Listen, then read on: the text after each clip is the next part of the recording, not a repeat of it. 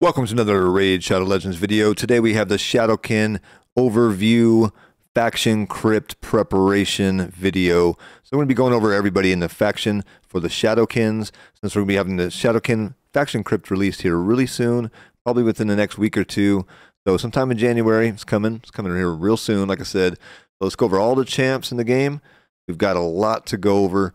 First of all, let's go over here to the faction crypt and check out what we got going on over here. Okay, so I am 63, 63, 63, 54, 60. Damn, that Skinwalker crypt is a beast, isn't it? So, Ogren tribe, I'm very close. So, I don't know if I'll get Lydia before the Shadowkin crypt comes out. I'm kind of skeptical. I'm kind of doubtful. I don't think it's going to happen. I feel like the Skinwalker one's going to really hold me back. Same with the Dark Elves. I'm having like major trouble getting past the 21st floor here. I barely scraped by the 20th on a couple of these, so you know what it is. It's pretty tough. So dwarfs, if I had Brogni to carry me through, it'd be amazing, but I don't. So I'm gonna have to like figure out some other solutions. Let's go over real quickly a little like text sheet I went over and created. So it's gonna be visually able to show the different skills a little bit better than kind of how this is over here. So if we go over to here, we can see all the different characters' abilities and all this other good stuff. We got decreased defense. Let's go over here for a second and check out this.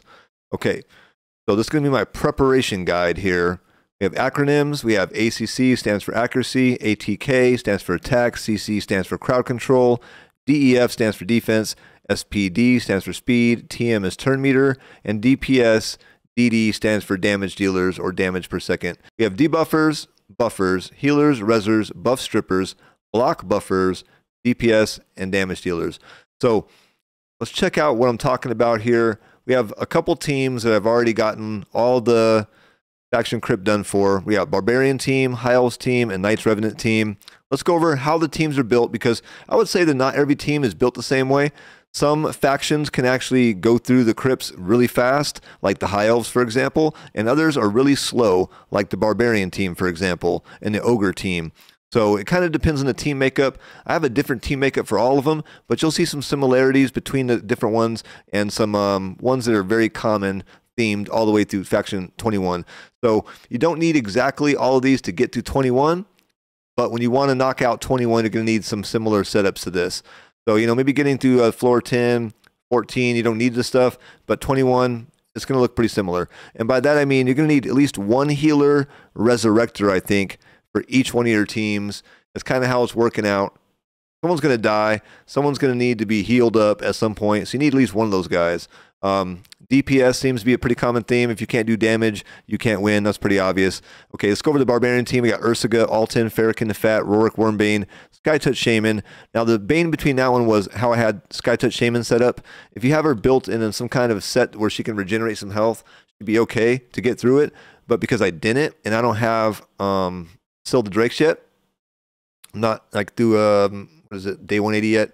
So I don't have access to Still the Drakes. I only had Skytouch Shaman for that faction. And the way her heals work is she damages herself and heals the rest of the team. So she was damaging herself to death. And then I have to have Alton Resurrector. So thankfully I had a Resurrector available. We have a brand new guy coming, the Clan Master dude, whatever his name is, the Fusion for January. He'll be for the Barbarian Team as well. He'll be a nice healer. If I had him, this probably would have been really easy. But because I don't have him and I only have Skytouch Shaman and I didn't have her in the right set, I didn't have her in any kind of regeneration set at all.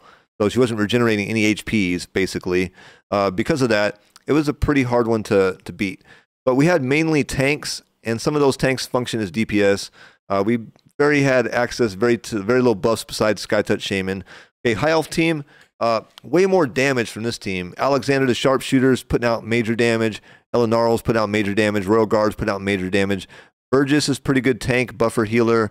Arbiter, obviously, is a very good carry. She can do it all. She heals, resurrects, buffs, and debuffs with the weaken, and she has basically like a buff, I don't know, counter down timer, like a decrease -1. So that one goes through the actual faction really fast. Knights Revenant Team, Hegemon, Calvalax, Tomb Lord, and Tomb Lord is considered a support in game. but he functions as a DPS for me as well. So he's a debuffer, really nice with the debuffs. Miscreated Monster actually was on auto for that fight on 21, and I didn't realize that Miscreated Monster was basically healing the boss and helping him tank because he had ally protect getting stolen. So I had to pay more attention to that one to actually beat that one and start going on manual because auto was not working out. Even manual without paying attention wasn't working out too well either. Rector Draft's amazing. Buffer, healer, resurrector. You'll see it's a kind of a common theme between them. All right, let's get to work on what exactly this Shadowkin faction has to offer available to us in the game. And I'll kind of go over like how this is set up. And it's, I don't know, hopefully you guys don't mind reading it this way. Let's check it out real quick though. Okay, so right now we have for debuffers, if you see this little asterisk, it means that this character was available in the game guaranteed. So I've been playing for like the last 4 months, and all of these characters were guaranteed within the last 4 months. So you had access to them, I had access to them, as long as you had the, I guess, the means to get them. So these debuffs, accuracy, we have Lady Kimmy. Obviously, she's going to have to, she has an AoE one. Sssshhhh has an AoE on her A1. Taya, who I don't have, has it as well. Yoshi the Drunkard has it 2 times random. Attack down seems to be the common theme for getting through faction wars. There seems to be like one AoE attack down champion for every faction that Plarium seems to be kind of pushing to get us through it.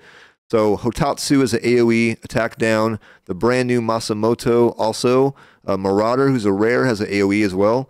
Ragi the Frog is on a single. Kyoku, who's a brand new legendary, has an AoE. And then we have Jirojin, who's an HP epic, and he has it as well. We have block active skills. Only one person in the whole faction has that, which is Gamaran on his A1.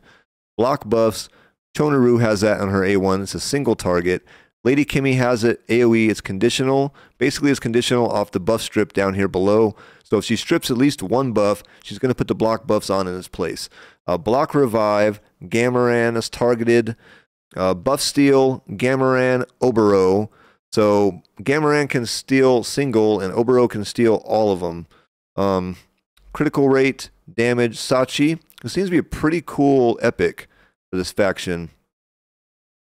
Defense down, we have Fnatic, who's a rare. He's a void rare. He's pretty good, actually, out of the rares. Ginzan, AoE, defense down, another guaranteed guy. Gintoro, we have Ninja, and Obero. Her AoE is contingent upon if the target has 4 debuffs or more, and that's an A1. So if they have 4 debuffs, she'll hit them with the AoE. It's got the decreased defense. If not, it's a single target. So the fear, true fear, we have Gamaran, Noble, Sachi, and Yoshi the Drunkard. Sachi's is on a fear on revive. And then Nobel's AoE is also conditional. Freeze, we got Gory and Ninja. Ninja has an AoE. Ninja was a login champion, so hopefully you got him during that little event that was going on. He was actually going during that time when I first started, so I was able to pick him up. He was my very first champion. It was probably my first legendary, actually. And an amazing carry for me. So I love Ninja. He's been really cool. No pun intended. HP burn explosion. We have Chani. Ninja 3 times random, which auto explodes on bosses. And then Yoshi the Drunkard. So HP burn explosion is also on Taya. So let me add her to the list. You can explode it.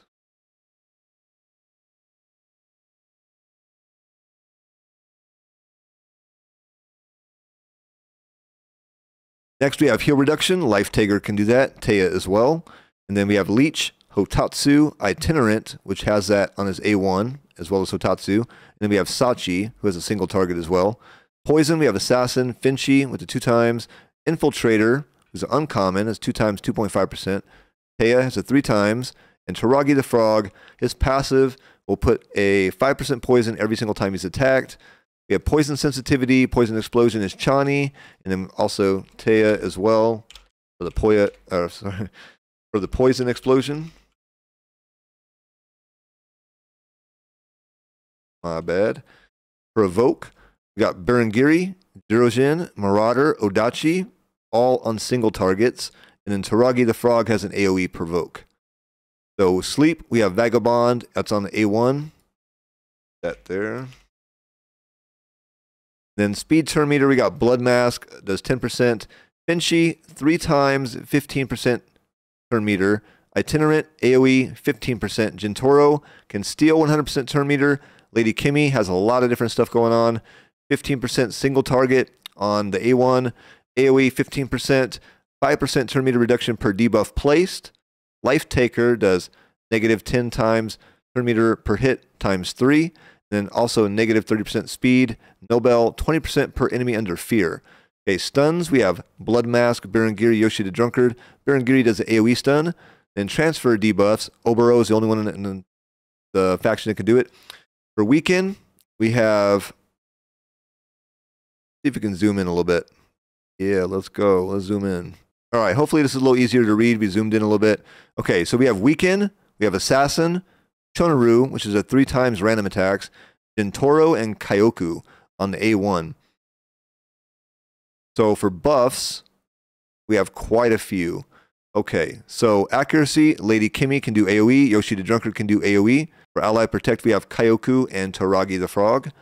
Attack up, we have Fnatic on the AoE, Sachi on the AoE, Taya, Vagabond on the AoE, and Yoshi the Drunkard also on the AoE.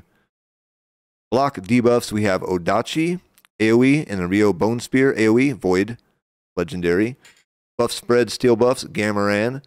Cleanse debuffs, Hotatsu, Self, and Rio Bone Spear on everybody. Continuous heals, Hotatsu on his A1, Rio Bone Spear, AoE. So we have critical rate, critical damage, only Oboro for Self. And then plus defense, we have Hotatsu, AoE, Masamoto plus AoE, Odachi, AoE Israel, he's a rare. We only have 2 revives in the game, and both of them are revive in a weird way. So we have Sachi with revive on kill, and then Gamaran revive on kill as well. That's on anyone kill. Okay, for shields, we have Barangiri, AoE conditional, negative 50% HP. So if they have less than 50% HP, they'll get a shield, but if they don't, they won't get one. Marauder has a self shield, Odachi has a self shield, I think it's 20%, and Taragi the Frog has one as well. Speed, Itinerant gives 15% to all allies, Lady Kimmy does a 30% to all allies, and Umitogi does one to self. Spread buffs, Oboro can spread some. Strengthen is only Barangiri, and then I think it's an AoE as well. And then turn meter fill, we have Ginzan, Lady Kimmy, Masamoto, Ninja, Nobel, Sachi, Umitogi, and Yoshi the Drunkard. I'm not going to go through all those because they're all different and they're all contingent on all these different things. But basically, we'll go over a couple of which matter. We have Masamoto as 15% for all. And then we have Sachi, 20% for all of crit. And then Yoshi the Drunkard, 4% self per enemy buff to kind of get him to cut in line there a little bit. Lady Kimmy has one for 15% for all. And then also a 5% per debuff received for everyone. Is pretty nice. Well, those are really good in the arena as well. For perfect veils, we have we have Life Taker, Veil Self, Ninja, Oboro, and Umitogi do perfect veil to self. Okay, as far as heals go, we got Barangiri, 50% self heal when anyone dies, teammates or enemies included. Gamaran can target a live enemy and then heal all allies 20% of the targeted enemy's max HP. Gori has an A1, heals himself 10% of damage done. Atatsu has an AoE 15% continuous heal. Atatsu also has a leech on his A1. Itinerant has a leech on his A1. Kyoku can heal 15% of ally HP when hit by a critical on a 5-turn cooldown. Rio Bone Spear has a 15% and a 7.5% continuous heal. Rio Bone Spear also has a 35% of their own HP, plus potentially more based off conditions. Bonus heal there. Sachi has a leech. Taragi the Frog has a 25% self-heal. Those are the only heals you have available for this faction. Down here we have all the different champions and what their A1 does. We have rares, we have about 8 of those. Looks like we have about 15 or so epics, and we have 9 legendaries.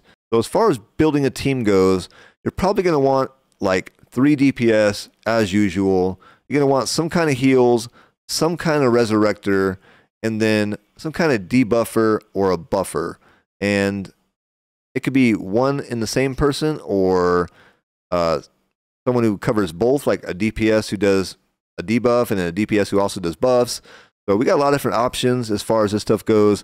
As far as my own team is going to go, I will probably, for content reasons, go with a really early team to start with, like rares and epics to get up to probably faction level room 14 or so. And then after that, move on to some more epics and legendary options that I have available to me. So at the moment, let's go back up to the very top. Let's take a look at how the team's makeups go. We have tank, debuffer, tank buffer, DPS, reser, DPS, buffer, healer. So it's looking really slim for the Shadowkin faction. Let's go ahead and add that real quick. As far as heals and resurrectors go, we have nobody that can do an active resurrection, just basically on demand. And we have nobody who's really good at like healing slash buffing besides Rio Bone Spear, who's a void and very hard to get. So if I was to build a team like on paper, kind of how these teams are built, like someone who'd be really amazing, going through everything, like we'd have to start with Ginzan. He has DPS, obviously. And he's going to be a nice debuffer with the AoE. Ninja could also be pretty amazing as far as the DPS goes. He also is a nice debuffer or slash CC with the freeze on AoE. And then possibly Lady Kimmy for the buffs and debuffs. The block buff's probably one that's going to be super critical, I'm sure. Also, we don't know who the boss is going to be, so we don't know what kind of in-game boss we're going to have. We have different mechanics on the different bosses, so we'll have to see which one is coming for this faction. Now, as far as some kind of like a tank goes, I have Goku, so that could be an option for me. I'm not sure exactly who else would be a great option besides Taragi the Frog. We'll have to go back over those options in a minute. And then I guess for the heals, I got to go for Gamaran. Need the resurrection. Well,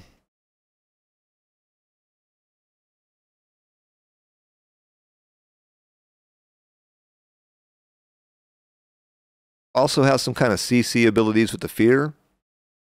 He can do a lot. He's doing a lot. Let's go check out the faction for a second. What I'm liking about him is the AoE freeze.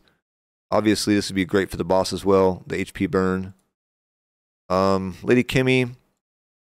Again, the block buffs is critical here. Increase accuracy, increase speed, as well as decrease accuracy and decrease speed. And that could be amazing for the different waves. Ginzan said, you know, he's got the DPS going on, and also the decreased defense on AoE here. So I feel like you put the decreased defense down, and you're just like ripping through these guys real easy. Goku as well, she has the AoE attack down.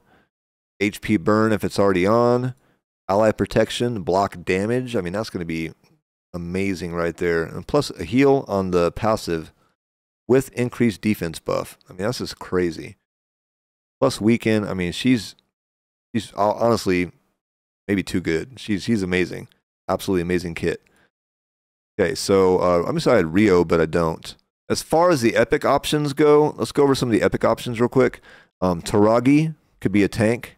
Pretty nice tank. Tatsu could be a healer as well. He's got the leech and the continuous heals.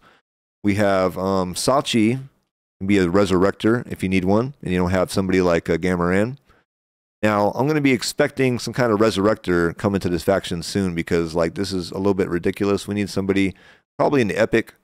Build the spot right here. Somebody like a Fories the Tusked or a Dur the Hungerer type guy. I'm missing Burangiri. I would love to get this guy, but I don't have him. Konaru is pretty nice with the block buffs on the A1. Got Obero here. Genbo, man. Let me tell you, Genbo is a hard hitter. This guy's an amazing DPS. So you got some nice options here. As far as the rares go, Itinerant could be pretty good. Decent level healer. Fnatic is one that stands out. He's obviously a void.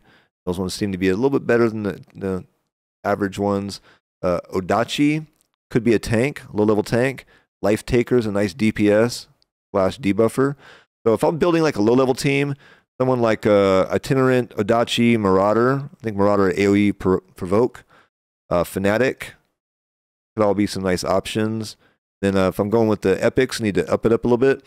Gimbo is a nice DPS. We got Sachi there as Resurrection. Taragi, like I said.